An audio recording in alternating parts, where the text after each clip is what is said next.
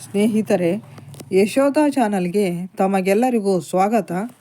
ಮಹಾಭಾರತ ಕಥಾಮೃತ ಮುಂದುವರಿದ ಭಾಗ ನೋಡೋಣ ಬನ್ನಿ. ಯುಧಿಷ್ಠಿರ ಅವನ ಅಧೀನ ರಾಜರು ಪಡುತ್ತಿರಬಹುದಾದ ಯಾತನೆಗಳನ್ನು ಊಹಿಸಿಕೊ. ಯುದ್ಧ ಮಾಡುತ್ತಾ ಕ್ಷತ್ರಿಯನೊಬ್ಬ ಮರಣ ಹೊಂದಿದಲ್ಲಿ ಅವನಿಗೆ ವೀರ ಸ್ವರ್ಗ ಕಾದಿರುತ್ತದೆ. ಆದ್ದರಿಂದ ನಾವು ಮೂವರು ಹೋಗಿ ಅವನಿಗೆ ದ್ವಂದ್ವ ಕಾಳಗಕ್ಕೆ ವೀಳೆಯ ನೀಡೋಣ. ಅವನು 100 ಮಂದಿ ದೊರೆಗಳನ್ನು ಸೆರೆ ಹಿಡಿದ ನಂತರ ಜಿಗುಪ್ಸೆ ಹುಟ್ಟಿಸುವ ಮಾನವ ಬಲಿಯನ್ನು ಆರಂಭಿಸುತ್ತಾನೆ. 100 ತುಂಬಲು ಅವನು ಇನ್ನೂ 14 ಮಂದಿ ದೊರೆಗಳನ್ನು ಸೆರೆ ಹಿಡಿಯಬೇಕಾಗಿದೆ.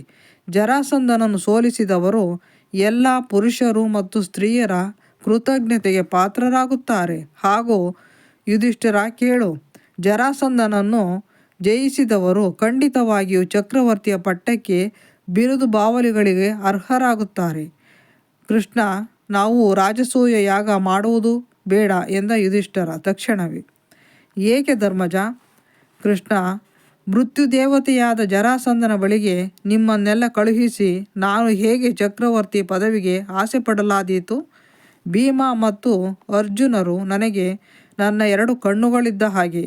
ನೀನು ನನ್ನ ಬುದ್ಧಿ ವಿವೇಕಗಳ ಮೂಲಸೂತ್ರ. ಕಣ್ಣುಗಳು ಮತ್ತು ಬುದ್ಧಿ ವಿವೇಕಗಳಿಲ್ಲದೆ ನಾನು ಹೇಗೆ ಬದುಕಲಾದೀತು?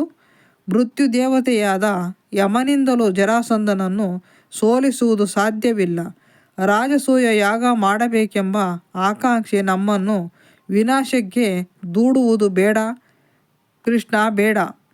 ಜರಾಸಂಧನ ಬಗ್ಗೆ ನೀನು ಹೇಳಿದ್ದೆಲ್ಲವನ್ನು ಕೇಳಿದ ನಂತರ ನನಗೆ ರಾಜಸೂಯ ಯಾಗ ಮರೀಚಿಕೆಯಂತೆ ಭಾಸವಾಗುತ್ತಿದೆ. ಈ ಮಾತುಗಳಿಂದ ಗೊಂದಲಗೊಂಡ ಅರ್ಜುನ ಹೇಳಿದ, ಅಣ್ಣ, ನನ್ನ ಬಳಿ ಗಾಂಡೀವವಿದೆ, ಪ್ರಬಲ ಬಾಣಗಳಿವೆ, ಅಕ್ಷಯವಾಗುವ ಬತ್ತಳಿಕೆ ಇದೆ. ನನಗೆ ಮಿತ್ರರಿದ್ದಾರೆ. ಸತ್ಕುಲದಲ್ಲಿ ಜನನ ಪ್ರಶಂಸನೀಯವಾದದ್ದು.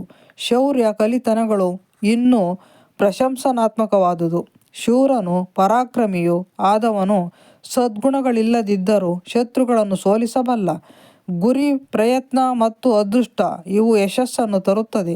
ಶೂರನು ಸಶಕ್ತನು. ಕೆಲವೊಮ್ಮೆ ಅಹಂಕಾರದಿಂದ ಹಿಂದೆ ಮುಂದೆ ಯೋಚಿಸದೆ ಕಾರ್ಯಪ್ರವೃತ್ತನಾಗಿ ನಾಶ ಹೊಂದುತ್ತಾನೆ. ಅಂತೆಯೇ ಬಲಾಢ್ಯನಾದವನ ತೀರ್ಮಾನವು ಮಮಕಾರಗಳಿಂದಾಗಿ ಮಸುಕುಗೊಳ್ಳಬಹುದು. ಆದ್ದರಿಂದ ವಿಜಯಿಯಾಗಲಿಚ್ಛಿಸುವವನು ವಿನಮ್ರತೆ, ಮಮಕಾರಗಳನ್ನು ತೊಡೆದುಹಾಕಬೇಕು. ರಾಜಸೂಯ ಯಾಗ ಮಾಡುವ ನಮ್ಮ ಯತ್ನದಲ್ಲಿ ನಾವು ಜರಾಸಂಧನನ್ನು ಕೊಂದು ಅವನು ಸೆರೆಮನೆಯಲ್ಲಿಟ್ಟಿರುವ ರಾಜರುಗಳನ್ನು ಮುಕ್ತರನ್ನಾಗಿಸೋಣ. ಅಪಾರ ಯಶಸ್ಸು ನಮ್ಮದಾಗುತ್ತದೆ. ನಾವು ಹೆದರಿಕೆಯಿಂದ ರಾಜಸೂಯ ಯಾಗದ ಆಲೋಚನೆಯನ್ನು ಕೈಬಿಟ್ಟಲ್ಲಿ ಪ್ರಪಂಚ ನಮ್ಮನ್ನು ಅಂಜುಬುರುಕರೆಂದು ಪರಿಗಣಿಸುತ್ತದೆ. ನಾವು ದುರ್ಬಲರಾಗಿದ್ದಲ್ಲಿ ಕಾಷಾಯ ವಸ್ತ್ರ ಧರಿಸಿ ಸನ್ಯಾಸಿಗಳಾಗುವುದು ಸರಿಯಾದೀತು. ನಾವು ಒಂದು ಸಾಮ್ರಾಜ್ಯವನ್ನು ಸ್ಥಾಪಿಸುವಷ್ಟು ಸಮರ್ಥರಿದ್ದೇವೆ.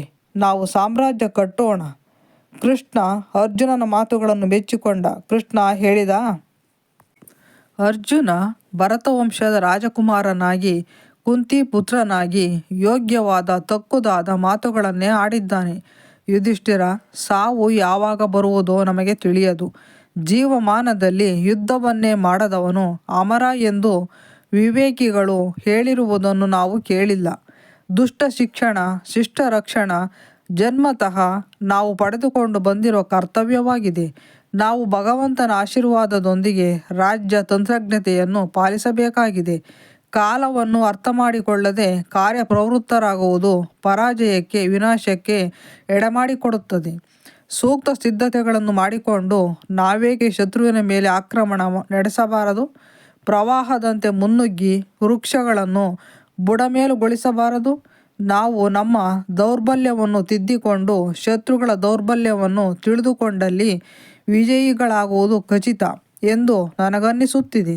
ಬಲಾಢ್ಯರಾದವರು ಸೇನೆಯ ಬೆಂಬಲವುಳ್ಳವನು ಆದ ಶತ್ರುವಿನ ಮೇಲೆ ದಂಡೆತ್ತಿ ಹೋಗುವುದು ವಿವೇಕವಲ್ಲ. ನಾವು ವೇಷ ಮರೆಸಿಕೊಂಡು ಶತ್ರುವಿನ ಅರಮನೆಯೊಳಕ್ಕೆ ನುಸುಳಬೇಕು ದ್ವಂದ್ವ ಯುದ್ಧಕ್ಕಾಗಿ.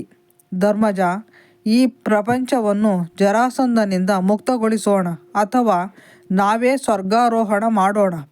ಕೃಷ್ಣನ ಕೆಚ್ಚಿನ ಮಾತುಗಳಿಂದ ಯುಧಿಷ್ಠಿರನಲ್ಲಿ ಭರವಸೆ ಮೂಡಿತು. ಅನಂತರ ಅವನು ಜರಾಸಂಧನ ಬಗ್ಗೆ ಇನ್ನಷ್ಟು ಮಾಹಿತಿ ನೀಡುವಂತೆ ವಿನಂತಿಸಿದ. ಕೃಷ್ಣ ಜರಾಸಂಧನ ಕಥೆಯನ್ನು ಹೇಳಿದ. ಜರಾಸಂಧ ಅತುಲ ಪರಾಕ್ರಮಿಯಾದ ಸಾರ್ವಭೌಮ ಬೃಹದ್ರಥನ ಮಗ. ಬೃಹದ್ರಥನ ಬಳಿ 3 ಅಕ್ಷೋಹಿಣಿ ಸೇನೆಯಿತ್ತು. ಅವನನ್ನು ವಿರೋಧಿಸುವ ಧೈರ್ಯ ಯಾರಿಗೂ ಇರಲಿಲ್ಲ. ಅವನು ಭೂಮಿಯ ಮೇಲೆ 2ನೇ ಇಂದ್ರನಂತಿದ್ದ. ಕಾಶಿರಾಜನ ಮಕ್ಕಳು 2 ಮೋಹಕ ಸುಂದರಿಯರು ಅವನ ಪತ್ನಿಯರಾಗಿದ್ದರು. ಈ ಪತ್ನಿಯರೊಂದಿಗೆ ಅವನು ಸುಖದಿಂದ ಇದ್ದ.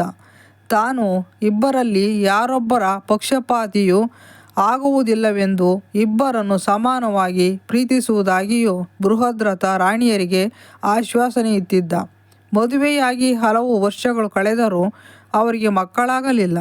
ಅವನು ಯಾಗ ಯಜ್ಞಗಳನ್ನು ಮಾಡಿದ, ತೀರ್ಥಯಾತ್ರೆ ಹೋಗಿ ಬಂದ, ಆದರೆ ಸಂತಾನ ಭಾಗ್ಯ ಪ್ರಾಪ್ತವಾಗಲಿಲ್ಲ. ಒಂದು ದಿನ ತೀರ್ಥಯಾತ್ರೆ ಕೈಗೊಂಡಿದ್ದ ಚಂಡಕೌಶಿಕನೆಂಬ ಮಹರ್ಷಿ ಬೃಹದ್ರಥನ ರಾಜಧಾನಿಯನ್ನು ಪ್ರವೇಶಿಸಿ ಹೊರವಲಯದಲ್ಲಿ ಮರವೊಂದರ ಕೆಳಗೆ ವಿಶ್ರಮಿಸುತ್ತಿದ್ದ. ವಿಷಯ ತಿಳಿದು ದೊರೆಗೆ ಬಹಳ ಸಂತೋಷವಾಯಿತು. ಸ್ವತಃ ರಾಣಿಯರೊಂದಿಗೆ ಹೋಗಿ ಮಹರ್ಷಿಗಳಿಗೆ ಆರ್ಘ್ಯಪಾದ್ಯಾದಿಗಳನ್ನಿತ್ತು ಸತ್ಕರಿಸಿದ.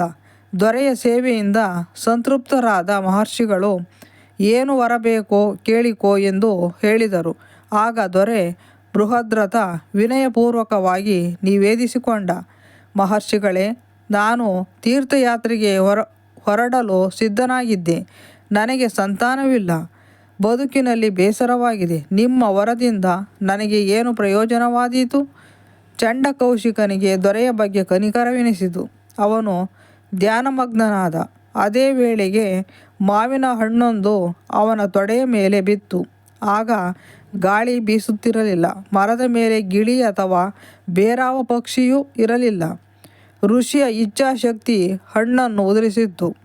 ಮಹರ್ಷಿಗಳು ಮಾವಿನ ಹಣ್ಣನ್ನು ಮಂತ್ರಿಸಿ ದೊರೆಯ ಕೈಯಲ್ಲಿಟ್ಟು ಹೇಳಿದರು. ಮಹಾಭಾರತ ಮುಂದುವರಿಯಲಿದೆ. ಯಶೋಧ ಚಾನಲ್ಗೆ ಸಬ್ಸ್ಕ್ರೈಬ್ ಮಾಡಿ, ಶೇರ್ ಮಾಡಿ, ಲೈಕ್ ಮಾಡಿ, ಕಮೆಂಟ್ ಮಾಡಿ. ಧನ್ಯವಾದಗಳು.